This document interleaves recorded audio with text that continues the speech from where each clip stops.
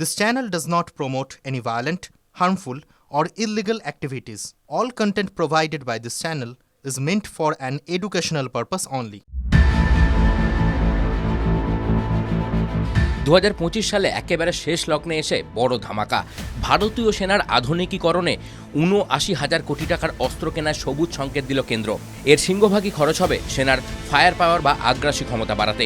চীন বা পাকিস্তান সীমান্ত দুটি ফ্রন্টেই এই দারুণ প্রভাব ফেলবে নতুন রণসজ্জা। দেশীয় প্রযুক্তির এই জয়োল্লাসে সবচেয়ে বড় বিষয় হলো এই বিপুল অঙ্কের কেনাকাটায় জোর দেওয়া হয়েছে দেশীয় প্রযুক্তির ওপর। দেশীয় প্রযুক্তির অস্ত্র কেনার ক্ষেত্রে টাটা, ভারত ফোর্জ এবং এলএনটির মতো সংস্থার ওপর ভরসা রাখছে কেন্দ্রীয় সরকার। আর এখানেই প্রশ্ন উঠছে, বিদেশ থেকে আমদানির দিন কি তবে শেষ হলো? অপারেশন সিঁদুরের পর ভারতীয় সেনাবাহিনী নজর দিয়েছিল তাদের শক্তি বৃদ্ধিতে, আর সেখানেই বাজিমাত করতে তৈরি ডিআরডিওর অ্যাটাকাস গান সিস্টেম। 155mm বাই 52 ক্যালিবারের এই কামান 48 কিলোমিটার পর্যন্ত নিখুঁত লক্ষ্যে আঘাত হানতে পারে। এতদিন সীমান্তে যে দূরপাল্লার কামানের অভাববোধ করা হচ্ছিল, এবার তা মিটবে। পাশাপাশি মেকানাইজড ইনফ্যান্ট্রির জন্য আসছে আরও K9 বজ্র, যা যে কোনো ধরনের ভূমির উপর দিয়ে দ্রুত নিয়ে যাওয়া যায়। শত্রুর বাংকার ও সাজোয়া গাড়ি ধ্বংস করতে পিনাকা রকেট সিস্টেমের আপগ্রেডেড ভার্সনও থাকছে। পিনাকার নতুন রেঞ্জ হতে পারে 120 কিলোমিটার। এর সঙ্গে যুক্ত হচ্ছে ইনভার অ্যান্টি ট্যাঙ্ক মিসাইল, যা 5 কিলোমিটার দূর থেকে ট্যাঙ্কের বর্ম ভেদ করতে পারে।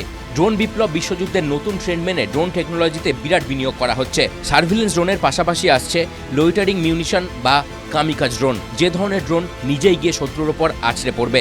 রণকৌশল বিশেষজ্ঞদের মতে এই 69,000 কোটি টাকার বিনিয়োগ কেবল সংখ্যার খেলা নয়, এটা কৌশলগত দিক থেকে বিরাট বড় এক বার্তা। সীমান্তে শান্তি বজায় রাখতে হলে যে নিজের পেশি শক্ত করা প্রয়োজন, ভারত সেটাই বুঝিয়ে দিল। আগামী দিনে এই দেশীয় অস্ত্রই হতে চলেছে ভারতীয় সেনার মেরুদণ্ড। TV9 Bangla digital.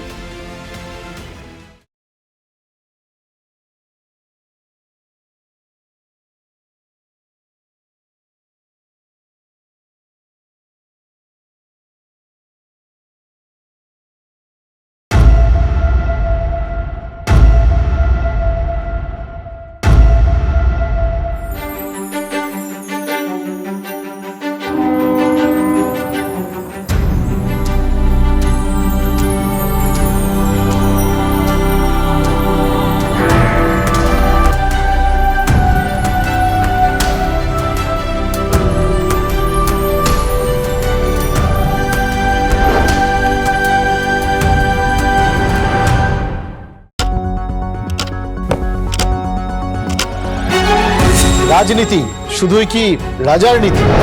রাজা উজিরের চোখে নয়, আপনার আমার চোখে সমাজের ছবি। কঠিন কথা সহজভাবে না বললেই নয়, না বললেই নয়। প্রতিদিন রাত 9টায় TV9 বাংলায়। TV9 বাংলা না দেখলেই নয়।